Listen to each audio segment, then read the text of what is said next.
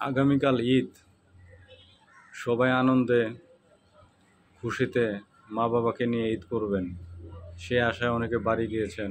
আল্লাহ আপনাদের মনের আশা পূরণ করুক। যার বাবা আছে সেই বোঝে যে বাবার ভালোবাসাটা কি। আমি যখন ছোট ছিলাম আমার মনে পড়ে 1991 সনে আমি বাবাকে হারাই। তখন আসলে বাবার স্নেহ ভালোবাসা কি জিনিস অতটা বুঝতাম না, এবং বোঝার বয়সও তখন ছিল না। তখন বাবাকে হারিয়েছি। এখন প্রতিটা মুহূর্তেই সে বাবার স্নেহ ভালোবাসাটা মিস করি। আগামীকাল ঈদ, আজকে খুব বাবাকে মনে পড়ছে। যার বাবা আছে বাবাকে সাথে করে মসজিদে যাবেন নামাজ পড়তে। আমি তো বাবাকে হারিয়েছি, বাবার সাথে নামাজ পড়তেও যেতে পারি না এখন। আল্লাহ সে সৌভাগ্য দেয়নি। সে ছোট থেকে একা একা মসজিদে যায় নামাজ পড়ে, বুঝে আসলো বাবার ভালোবাসাটা কি।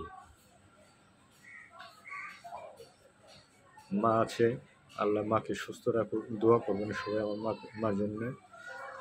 আল্লাহ যেন আমার মাটাকে সুস্থ রাখে, আমাদের পাশে যেন থাকে। আসলে বাবার অভাব কোনোদিন পূরণ হয়, পূরণ হবেও। যার বাবা আছে তাদেরকে অনুরোধ করব, বাবাকে সাথে করে নিয়ে মসজিদে যাবেন, নামাজ পড়বেন, আল্লাহর কাছে দোয়া করবেন আল্লাহ যেন আপনার ফ্যামিলির সবাইকে সুস্থ রাখে। বাবা হচ্ছে একটা বট গাছ, সে বট গাছ সন্তানদের ছায়া দিয়ে রাখে। আমি এখন বুঝি, আমার 2টা সন্তান আছে। সন্তানরা বাবার কাছে কত আবদার করে, কত ভালোবাসা, কত কিছু চায়।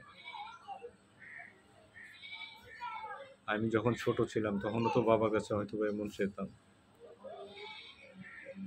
কিন্তু সেই চাওয়াটা মন থেকে যে জিনিসটা চাবো বাবার কাছে, সেটা চাওয়ার আগে বাবাকে হারিয়েছি। বুঝি নেই তখন, ভালো মন্দ কিছু বুঝি না, তখনই বাবাকে হারিয়েছি।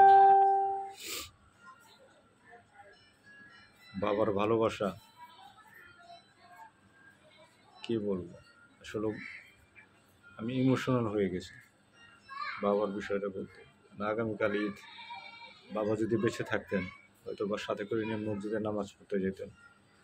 সকালে ঘুমিয়ে থাকতে বাবা হয়তো বলতো, বাবা উঠো, ঘুমি থেকে উঠো, চলো নামাজ পড়ে আসি, একসাথে যাই মসজিদে নামাজ পড়ে আসি।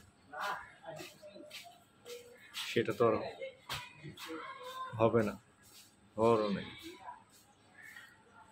আমার মনেও হয় না যে আমি কোনোদিন বাবার সাথে একসাথে মসজিদে নামাজ পড়তে গেছি, কারণ তখন তো ছোট ছিলাম, বুঝবো কীভাবে। বোঝার আগেই তো আল্লাহ বাবাকে নিয়ে গেছে।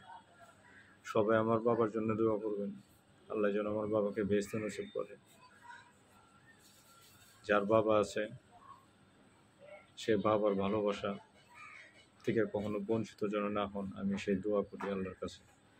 আল্লাহ আপনাদের সবাই সুখে রাখুক, সুন্দর রাখুক। সবার মা বাবাকে আল্লাহ সুস্থ রাখুক, সুন্দর রাখুক।